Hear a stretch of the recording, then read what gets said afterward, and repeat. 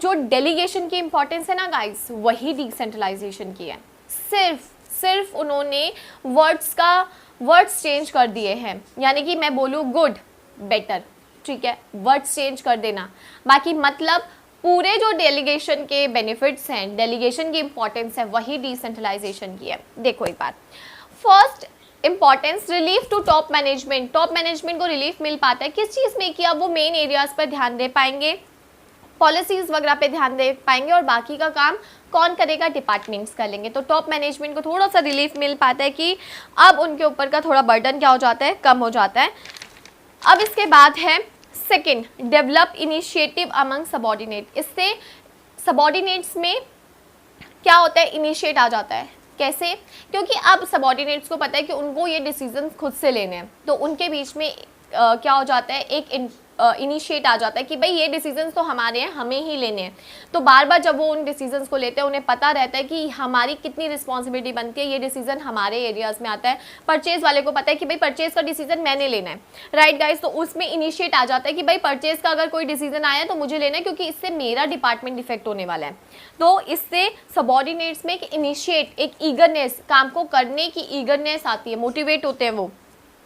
Third guys, develop managerial talent for future. इसका क्या मतलब हुआ, यानी कि अब हमारे जो डिपार्टमेंट के लोग हैं, हमारे जो ऑर्गेनाइजेशन के लोग हैं ना, वो फ्यूचर के लिए प्रिपेयर हो रहे हैं। कैसे? मैनेजरियल टैलेंट हम प्रिपेयर कर रहे हैं। कैसे? देखो, वो डिसीजंस खुद से ले पाते हैं, उन्हें पता है हमारे डिपार्टमेंट को कैसे चलाना है, यानी कि उनका डिपार्टमेंट अब टॉप मैनेजमेंट नहीं चला रहा, वो खुद चला रहे हैं, वो अपने टारगेट्स कंप्लीट कर रहे हैं। उन्हें पता है कि हमारे को अपने डिपार्टमेंट्स पे कितना ध्यान देना है, कैसे हर एक काम को कंप्लीट करना है। तो जिसकी वजह से उनके अंदर एक कैपेबिलिटीज़ आती है, एबिलिटीज़ आती है काम को कंप्लीट करने की, और ना वो हायर पोजीशन के लिए तैयार हो जाते। तो अगर हमें हायर पोजीशन में उन लोगों को रखना है, एक टैलेंट हम लोगों को पता चलता है कि हाँ, हमें इसमें पता चलता है कि कई लोग बहुत ज़्यादा टैलेंटेड है, जो ये इसके अलावा बहुत सारे वर्सिटाइल काम कर सकते हैं, तो हम उन लोगों को प्रमोट कर पाते हैं। तो एक हमारे लिए मैनेजरियल टैलेंट क्रिएट हो पाता है। फोर्थ गाइस, ठीक है, फैसिलिटेट ग्रोथ। अब इसका क्या मतलब है, डिसेंट्रलाइजेशन की वजह से ग्रोथ हो पाती है। अब डिसेंट्रलाइजेशन कैसे ग्रोथ कर पाता है, क्योंकि डिसेंट्रलाइजेशन देखो हर एक डिपार्टमेंट को उनके काम दे देता है, ठीक है, हर एक डिपार्टमेंट काम को बहुत अच्छी तरीके से कर पाते हैं, और इसकी वजह से जो इनकम है बिजनेस की वो अच्छी इंप्रूव होती जाती है। और तो अगर बिजनेस आगे अपना एक्सपेंशन का काम करना चाहता है तो वो कर सकता है, बिकॉज नाउ उसके डिपार्टमेंट्स ने हर एक चीज़ों को संभाल लिया है। तो अगर नया डिपार्टमेंट खोलना है तो वो आराम से खोल सकते हैं, नई यूनिट खोलनी है तो वो आराम से खोल सकते हैं। क्यों? क्योंकि now departments are independent and they are taking the good decisions and running the business very efficiently, effectively. तो इस वजह से बिजनेस अच्छी तरीके से वो ग्रो कर सकते हैं।